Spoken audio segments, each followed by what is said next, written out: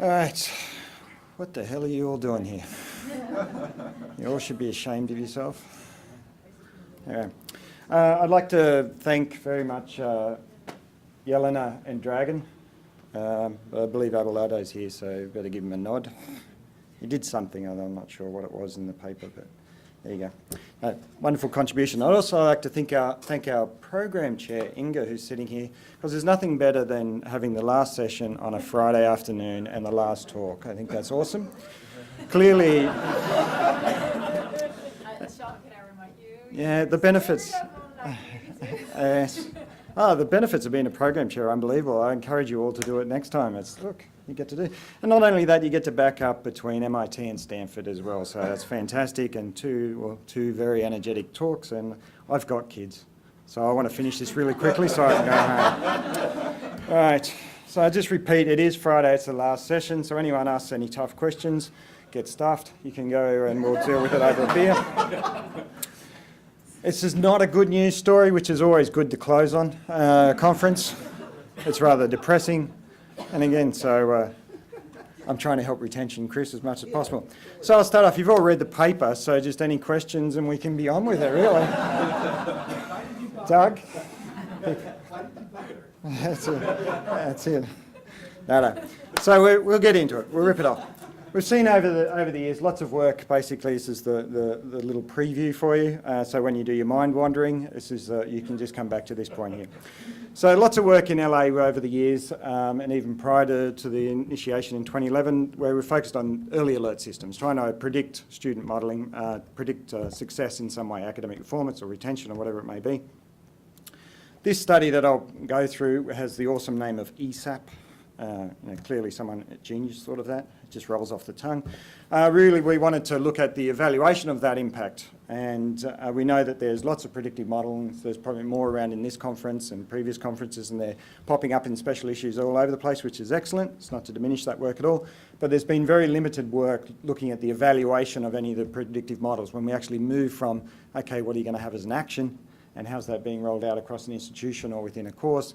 What's the impact of that action? So in 2011, when I'd like to do a little bit of an overview, 2011 was really about defining learning analytics. That was sort of the gist of the papers. But in 2012, we saw a really rapid increase in people presenting papers around student retention, and one of the key ones there being core signals, which is built off John Campbell's earlier work. 2013 in Leuven, which was another snowy place but beautiful, we moved into more predictive models, but also started to introduce multimodal data sets and discussions there. 2014, and unfortunately Danielle, because we weren't talking about MOOCs, obviously she's left, we saw a lot around text analysis, and again in 2015. 2016, user behaviour modelling, and 2017, well, you all saw Javier's awesome slides, which was understanding learning behaviour, which pretty much captures everything there. So we'll see what it's about. As I said, throughout all of it and prior, lots of discussion around and research work in student retention or student success. So the at-risk model is starting to be phased out, and a lot of people are now talking about student success rather than identifying the lower end of the group, but trying to understand as well that high-performing students often feel that they haven't achieved their ultimate goals if they don't get a 90% or an 80% or what their targeted learning goal may be. So I've seen work about, and this was just an awesome paper. Well done, Leah. I did the editing, by the way.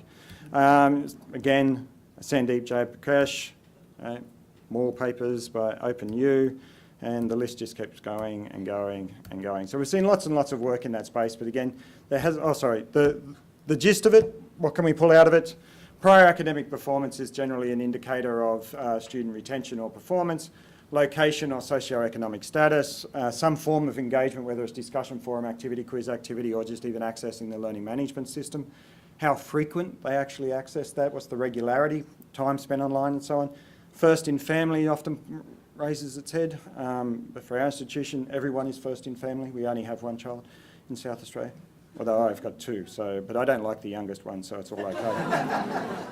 And then if you're from the University of Sydney, if you've got lack of friends and cookies, which is pretty much their 30,000 students, they're all independent, never talk to one another, then that might be an indicator as well. Come on, stick with me, people. So there's been comments from the field. Big push on predictive modelling, and I'll just say that the two papers that really come through about assessing impact are probably Tim McKay's work on better than expected and worse than expected, and he sort of touched a little bit in that talk, and also the course signals one with Matt Bastelli and Kim Arnold, and although later on Doug will raise up and talk to us about the problems of that paper and how it was evaluated. Tim went through and basically said, I thought this was an interesting, it's not a direct quote, but it gets the gist of it. Predictive models are built on historical data sets, therefore they're only accurate if nothing changes, right? So, which is right, if nothing does change. But when this is your system around student attrition, it becomes rather complex. So what aspect of all that do you want to change? And you'll be quizzed on this later on. So study it quickly. Eye tracking is working through. So we get to the case study. Chris, are you timing or are you tweeting? Yeah. Good work. So rather than eye tracking, psychologists will often just put a little question in to see whether people are on task. Yeah, good work, Doug. Like your work. Anyway, so we had this ESAP which was flagged as enhancing student academic potential, and no one could ever argue about that name being bad because we all want to enhance student academic potential. It was a proactive approach where we wanted to target and counsel, I think it's a nice word, students that we identified as being at risk. At risk is not such a nice word, but because it's balanced with counsel, it's all okay. So we had a call centre approach and our CRM tied in together. So as the call centre approach was trained callers who would give the students a call, say, okay, there's an issue here, Dragan, bit of a problem with the way you're approaching your study, I don't like your attitude. If Dragan came back and said he's exceedingly stressed, he's got a new baby, everyone's stressed, he can't get home, he can't complete his MOOCs, then we would pass him on to a guidance counsellor and that would go through our CRM process. So we had a tracking element associated with that.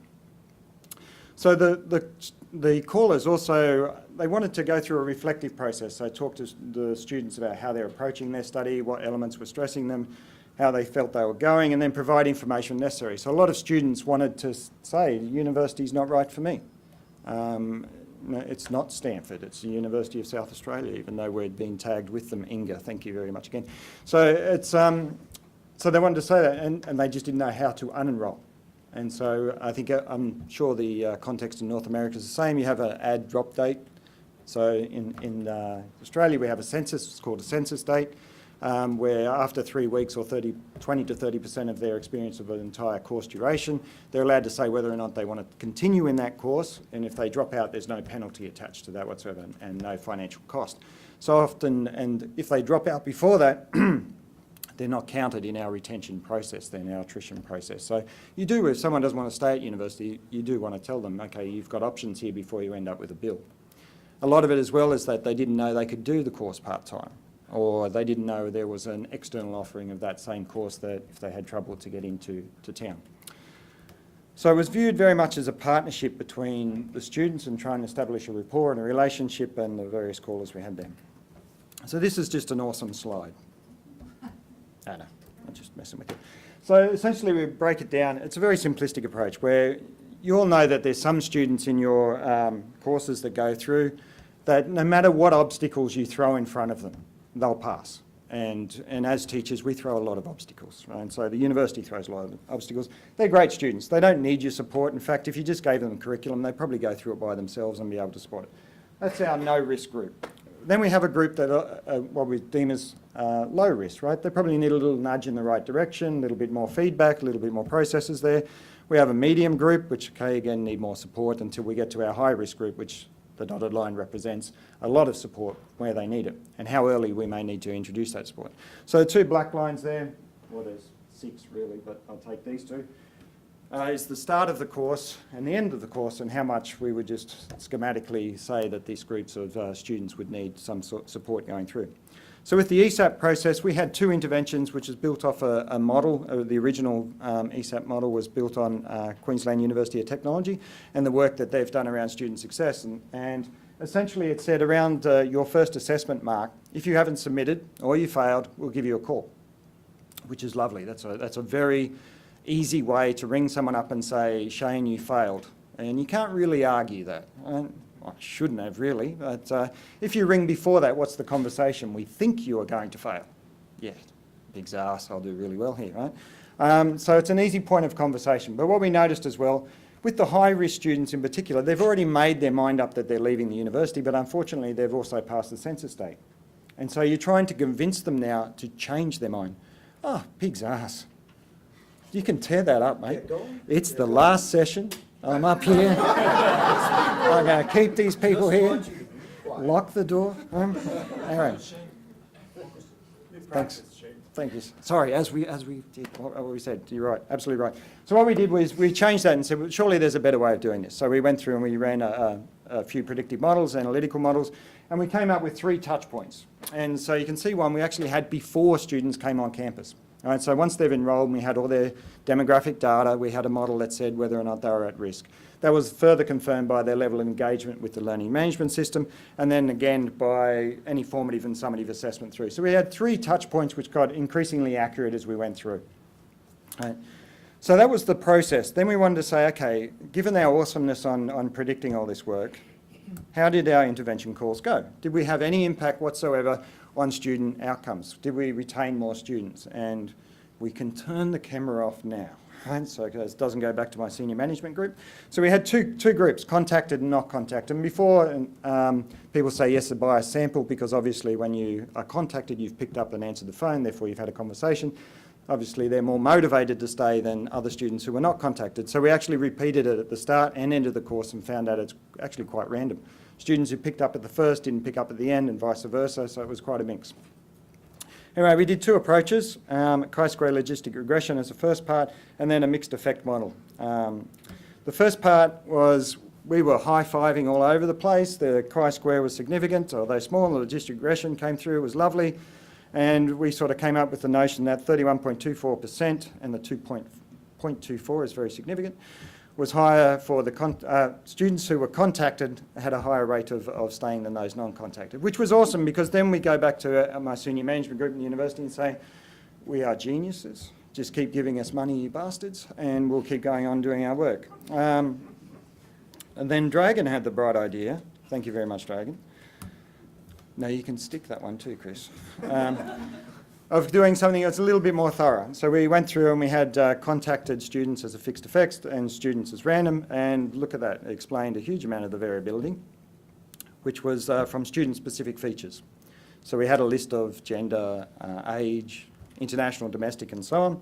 So we ran the second model looking at all those, and we found that actually there was no improvement on the first model, so it was something we weren't capturing, which could be some sort of learning dispositions in terms of motivation, or perhaps prior scores, knowledge, or what courses they did previously, or even study modes. We ran a third logistic mixed model and incorporating study period, because we have 2 intakes of students throughout a year, what you might call first semester, second semester, or summer or winter campaigns. And we found that students in study period 2 were less likely to be retained as well. So study period also had an impact there on the process. So it was rather disappointing that nothing we did about the calls actually made any process. It's really largely the student features themselves, the individual differences that students hold as they come into our organisation, rather than the awesomeness of our call approach. So what did we learn? We learnt that individual differences in study period, not the intervention, was the main driver. But also, before we abandon it and say, this is crap, we really should hang our heads in shame here for spending $5,000 of the university's funding, there's a pastoral care element that I wouldn't rule out. Right? And that fosters throughout the whole university, is that, okay, by just undertaking this, our on-campus students, our online campus students, there's a support mechanism which reflects that the students actually, that the university cares about its students. And you can't defeat that. That's awesome, and you've got to keep it. We do need a lot more research, though, examining. Then there's got to be more studies out there. You know, we're hearing more and more around learning analytics implementations and designed at at-risk students and predictive models and so on. There's got to be work there that just doesn't say it was all a glowing success. And Doug's and Rebecca's work on the LAK fail-a-thon, keep them coming, buddy. Keep them coming. Good news stories. So we did fail. Proud to say it. We failed, but we learnt. We had a good crack at it. So after we pick ourselves up and dust ourselves off, we'll have another go at it. And what is it about? And so part of that now is trying to build in, and I think some of the talks at the front here around self-regulated learning and what we can actually build in for students in terms of their self-efficacy, their planning approaches and so on. So to finish up, before Chris gives me another sign, and I'll give you a sign at the finish there, Chris, as well. I'd love to encourage you all to come to the University of South Australia. It's a beautiful place. We're just tucked to the right of the hill there. It's not as nice as the Stanford campus, I give you that, or Boston, but still it's got its merits. A lot of space. But I love you to that. Other than that, you can go to Sydney, which apparently has a little bit more life than the University of South Australia in Adelaide, but LAK'17. Look forward to seeing you there.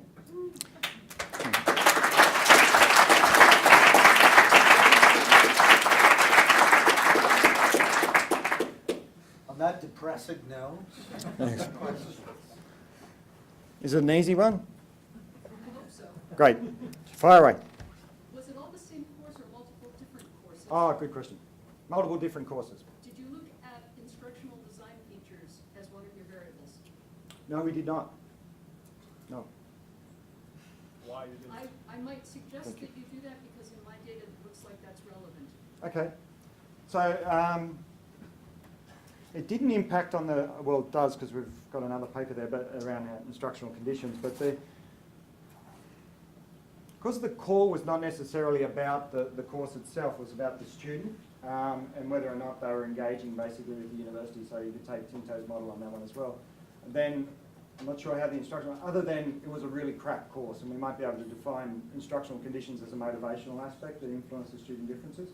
I'm not sure, but it's worth looking at. What I saw very basically in my data was if the students who submit more frequently and get feedback are more likely to complete. Okay. If they don't have an opportunity to submit frequently and get feedback, they're less likely to complete. Oh, that's a good point. Yep. So it's, I would have thought you'd see something with this, so I'm disappointed too, but Yeah. maybe try parceling a little bit that way. Yep, that's a good point. What was the structure of the phone calls? Like how do you So approach which- a student? It was along the lines of, Sean, is it? Yeah. Sean, how you going? How do you think your study's going? Is there anything, you're settling in well? You notice that you're a lazy bugger and you haven't logged on, but other than that, it's going good. No, I didn't do any of the calls. I don't have the patience to do that. So that we had a clearly.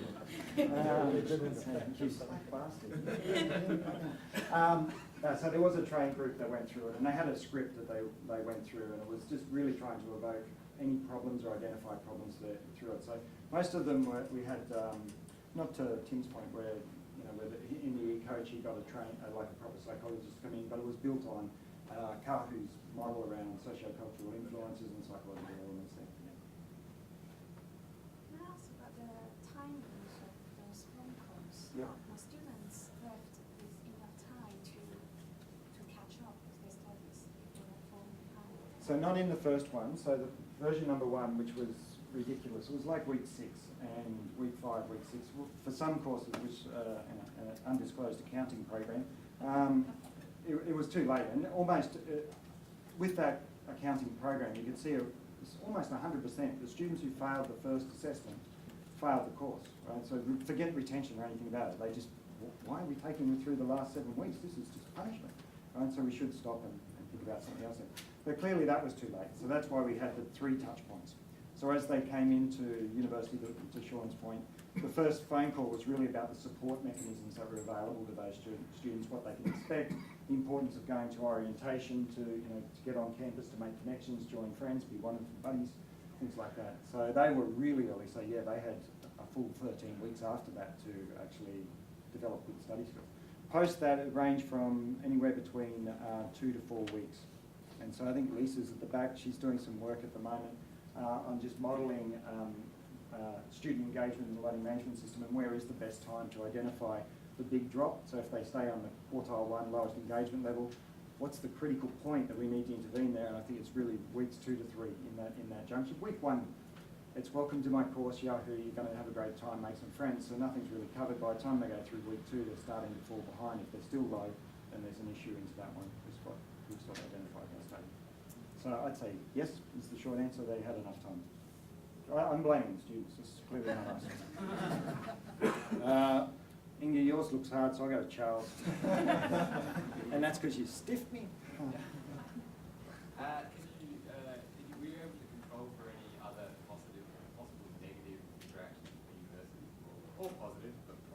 Yeah, once we identify them at risk, we isolated them into a cone of silence. And there was nothing they could do. No, absolutely not. And then that's what it could be. Is you just don't know. What that interaction is. But it's kind of weird though that the amount you'd expect some would have a crappy time, but there's a lot. To have no impact on a targeted approach to provide support. But would it maybe impact the interpretation of that support? Oh, like last week you were a jackass, and this week you come forward with phone calls. Yeah, it's possible. And that would mean we need to be introspective and have a good hard look at ourselves and what we do. I'm not doing that. That's Shane, we're even losing the volunteers here for I know, questions, so yeah. if you could just up the interest on the answers, that would be good. Sorry, maybe Inga can ask a good question. That's fine. Did you find any interactions between student characteristics and the condition? And the Condition. So are there particular students that do respond well to the goals and particular Ah. students that do not? no. Did you do it? No. You didn't run the interactions? No, we did? We did, no one was. No. Yeah, we're going No. to be No. surprised here. No. Okay. Too bad. So it really doesn't work for anybody. Well, not for our group, no. I think it's really critical. We probably don't have enough data about individual differences in our model. So that's one of the key things in this process. We pull whatever was basically student information in the Right. system, but doesn't mean that it captures enough kernel data that can potentially explain the issues that were related to the lack of the effect of the intervention. I'm not going to hold you up for a further awesome closing of this LAK session, but thank you very much for your time and effort.